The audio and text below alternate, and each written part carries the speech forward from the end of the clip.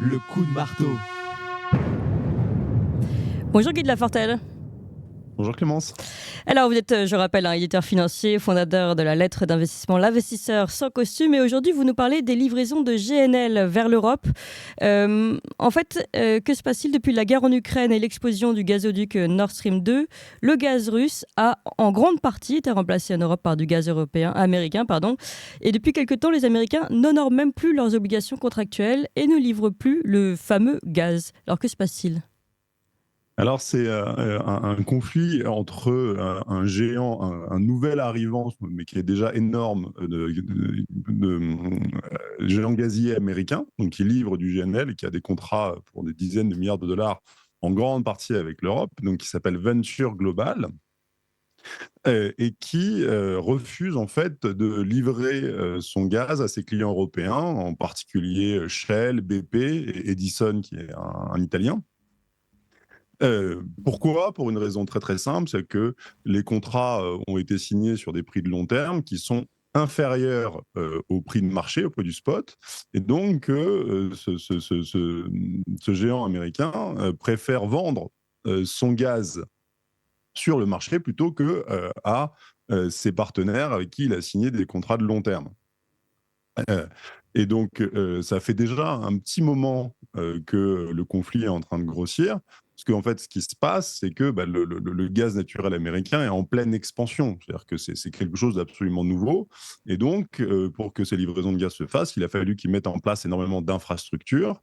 Et là, en l'occurrence, on parle d'une infrastructure en particulier, qui est un terminal gazier en Louisiane, qui est en fait en train d'être lancé depuis 600 jours, donc fait presque 2 ans qu'ils sont en train de lancer leur terminal gazier, et que les contrats stipulent qu'ils doivent honorer leur contrat de long terme à partir du moment où ils auront mis leur terminal complètement en service.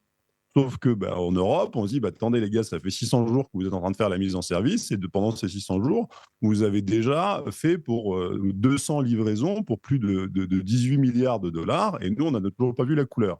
Oui.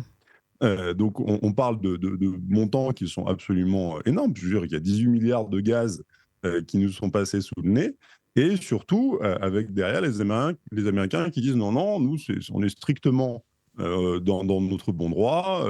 On a eu un cas de force majeure, désolé, on a mis un peu plus de temps que prévu à lancer complètement notre infrastructure. Et donc, circuler, il n'y a rien à voir, en sachant que, évidemment, ces 18 milliards de dollars, c'est des montants absolument énormes. Et on en arrive au stade, en fait, où vous avez le patron d'Edison, donc, qui est un électricien italien, qui dit, mais à ce stade, on est en train le risque, c'est qu'on ait une crise énergétique qui revienne en Europe, et que, en fait, ce comportement des Américains est en train et s'apprête éventuellement à affecter les vies de nombreux citoyens européens.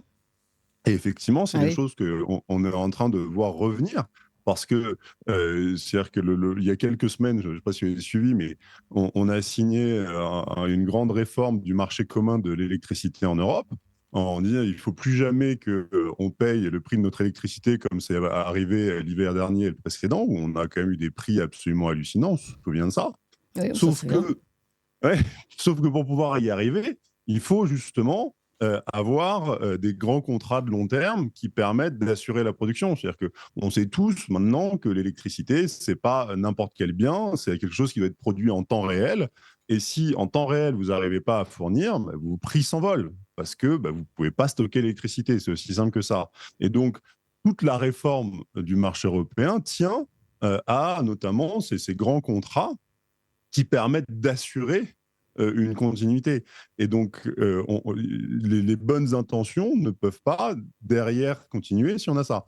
Et aujourd'hui, ce qui se passe, c'est que on revoit à nouveau les prix de l'électricité qui sont en train d'augmenter, qui dépassent les 200 dollars. On voit ça en Italie du Nord. C'est pas pour rien que c'est le patron d'Edison qui vient gueuler. On voit ça en Angleterre, on voit ça en Allemagne. Et le risque, c'est que vraiment, on se retrouve avec à nouveau une crise, alors même qu'on est censé s'être assuré, notamment grâce aux Américains, des livraisons de long terme afin d'éviter ça. C'est à la limite, c'est-à-dire que mais même Poutine, quand on recevait le gaz, se permettait pas comme ça de pas livrer et de pas donner le gaz qu'il était censé livrer, quoi. Ouais, oui. Oui, oui, donc vous voulez dire que notre meilleur ami n'est pas forcément notre meilleur allié économique? Ah, absolument, c'est-à-dire que là, on a de toute manière, on est pieds et poings liés, on n'a pas le choix et du coup, eux, bah, ils font bien ce qu'ils veulent et ensuite, bah, vous avez, ça est en train d'escalader au niveau, entre les États, entre les États-Unis et la Commission européenne. Sauf que, beh, pareil, on est pieds et poings liés aux États-Unis et Mmh. donc même d'un point de vue légal, ils feront bien que ce qu'ils veulent. Mmh. Mais une petite question, revenons en arrière à ce qui s'est passé avec l'explosion des gazoducs Nord Stream 2. On savait bien évidemment que ça allait être intéressant pour les Américains. On se doute un petit peu et on connaît des grands journalistes comme Seymour Hersh qui ont fait des révélations qui montrent que ça pointait vers une responsabilité américaine. Euh, donc je parle de l'explosion des gazoducs. Ouais. Finalement, pourquoi l'Europe n'a pas réagi plus tôt? Pourquoi ne s'est-elle pas posé plus de questions? Pourquoi n'y a-t-il pas eu d'enquête plus approfondie, de dénonciation des faits? On a l'impression qu'on est toujours passif et encore aujourd'hui, vous nous expliquez qu'on prend ça, bon, bah, finalement, les contrats ne sont pas honorés. Et quoi derrière, finalement? On a l'impression qu'il n'y a pas de réaction du gouvernement et des gouvernements européens. Parce qu'il y a on est inféodé aux intérêts américains. C'est-à-dire que vous n'avez pas aujourd'hui, vous n'avez pas dans la presse les grands articles du Figaro ou du Monde ou de je ne sais pas quel grand média mainstream pour dire attention, les Américains sont pas. C'est-à-dire que le gaz, le GNL américain qui devait remplacer le gaz russe, en fait, il n'arrive pas. Et que Mm. c'est un énorme problème. On n'en entend pas parler. On a ça un peu dans. Et pourquoi on fait ça? Parce que bah, derrière, vous avez toutes les structures de pouvoir et capitalistiques qui sont extrêmement liées aux intérêts américains et on ne fait pas ça. Et que autant nous, c'est ce qu'il ne faut pas oublier que derrière, vous avez des gens qui profitent aussi de ça en Europe, qui profitent de ça, des gens comme Daniel Kretinsky, vous avez des grands milliardaires qui font énormément. Alors eux, ils relancent les usines à charbon. Charbon, Hein. ouais. Donc, Qui est et d'ailleurs Daniel Kretinsky, propriétaire d'un certain nombre de médias français. voilà, Rappelons-le, Le exactement, Monde, Libération et d'autres. Non, pardon, Marianne, pas Libération. Marianne. Oui. Ouais. Voilà, donc on n'a plus qu'à tirer les conséquences de tout cela. Et sachez d'ailleurs, j'en profite pour rappeler que Guy de Lafortelle est fondateur de Toxin et qu'ici, on dépend de vos soutiens à vous et pas absolument pas d'un grand financier comme Kretinsky qui a des intérêts On charbonniers. roule pas au charbon. Exactement. C'est nous qui charbonnons tous les jours. Donc n'hésitez pas à nous soutenir. Vous pouvez mettre des pouces et vous abonner par exemple à la lettre, la gazette du dimanche et du mercredi rédigée par l'excellent Valentin Schirmer.